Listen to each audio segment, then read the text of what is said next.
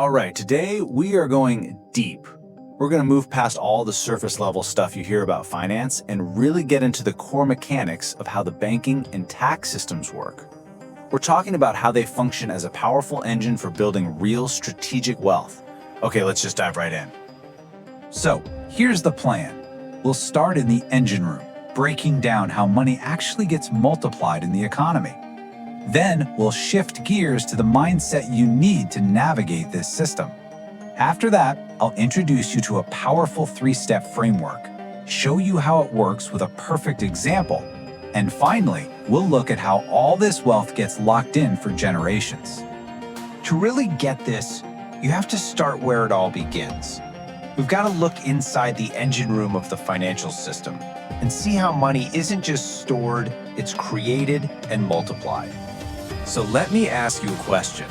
When you put, say, $10,000 into your bank account, what happens to it? You know, a lot of people think it just sits there in a big vault with your name on it. But that's not what happens at all.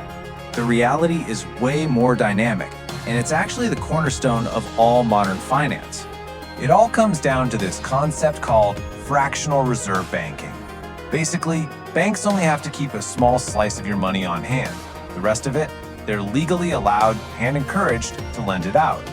See, this is what makes banks profitable and what fuels the whole economy. Their main job isn't storing your money, it's lending it. They're using your deposits to make money for themselves, and in the process, they're actually multiplying money all through the system. Let's just walk through a quick example, because this is where it gets really interesting. You deposit 10 grand. The bank, with let's say a 10% reserve requirement, holds on to $1,000 and lends out the other 9,000. Now the person who borrowed that money spends it, and the person they paid deposits that 9,000 into their bank. What happens next? Well, that second bank holds on to $900 and lends out the other 8,100. And this cycle just keeps going and going. And here's the kicker. Through that whole chain reaction of lending, your initial $10,000 deposit can end up creating up to $100,000 circulating in the economy. That's a 10 times multiplier. So the big takeaway here is this. The entire system is built from the ground up to incentivize lending and investing, not just squirreling money away. So, where does that leave us? Well, once you understand that core mechanism, it can totally flip your mindset. You stop seeing the financial system as just a bunch of boring rules you have to follow, and you start seeing it for what it is, a giant system of incentives. And experts point out this huge difference in thinking. You've got the employee mindset, where taxes are just a bill you have to pay, and debt is this scary thing to be avoided. You earn your money, then the government takes its cut. But then there's the investor mindset. They see the tax code as a roadmap of incentives. They see debt as a powerful tool. They earn, then they invest, and only then do they pay tax on what's left. They understand the tax code isn't there to punish you. It's there to encourage you to do things the government wants done, like creating jobs or building housing. This quote just nails it. The wealthy do not fear dead. They fear taxable events. That's the whole game right there. The goal isn't just to make more money, it's to minimize the moments where you have to write a check to the tax man. And debt becomes one of the best tools in the toolbox to do just that. It's not about what you make, it's all about what you keep. Okay, so this shift in mindset makes a very powerful 3-step strategy possible. It's a framework that systematically uses the core mechanics of both the banking and tax systems to your advantage. It's often called the buy, borrow, die strategy. Now, the die part sounds a bit morbid, I get it, but stick with me. Step 1, you buy assets that are going to grow in value. Think stocks, real estate, whatever. Critically, you're not taxed on those gains as long as you don't sell. Step 2, you borrow against those assets. You go to a bank, use your appreciated portfolio as collateral, and get a loan. And guess what? The money you get from a loan is not considered taxable income. Step 3, die. When you pass away, your heirs inherit those assets, and thanks to a rule called step up in basis, all those capital gains you built up over your lifetime can be completely wiped out for tax purposes.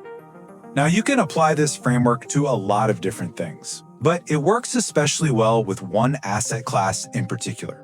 Real estate is really the ultimate tool for this strategy, and that's because of a few unique factors all working together. The first and maybe biggest advantage is leverage. Banks love real estate. They see it as great collateral. So you can put down a relatively small amount of your own money, let's say a 20% down payment, and the bank will give you the other 80%. So with $100,000 of your own cash, you get to control a $500,000 asset. This just massively magnifies your potential returns. But it doesn't stop with leverage. Real estate comes with a whole suite of amazing tax incentives. First, there's depreciation. This is huge.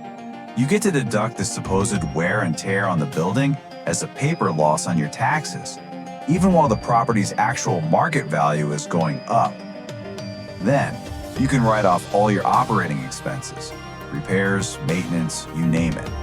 And if you do decide to sell, you can use something called a 1031 exchange to roll your profits into a new property and defer paying capital gains taxes potentially forever.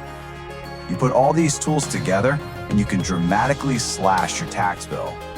And that brings us to the final piece of the puzzle.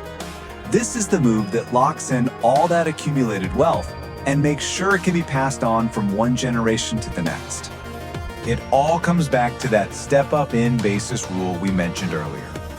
This one single provision in the tax code is the absolute key. It's what makes the die part of the strategy so incredibly powerful. Think of it like the final turn of the key in the generational wealth vault. Okay, let's just look at the numbers so you can see how this works. Say the original owner buys a property for $1 million. Over their lifetime, it appreciates to $3 million. That's $2 million in gains. When they pass away, their heir inherits it. But the heir's cost basis isn't the original $1 million.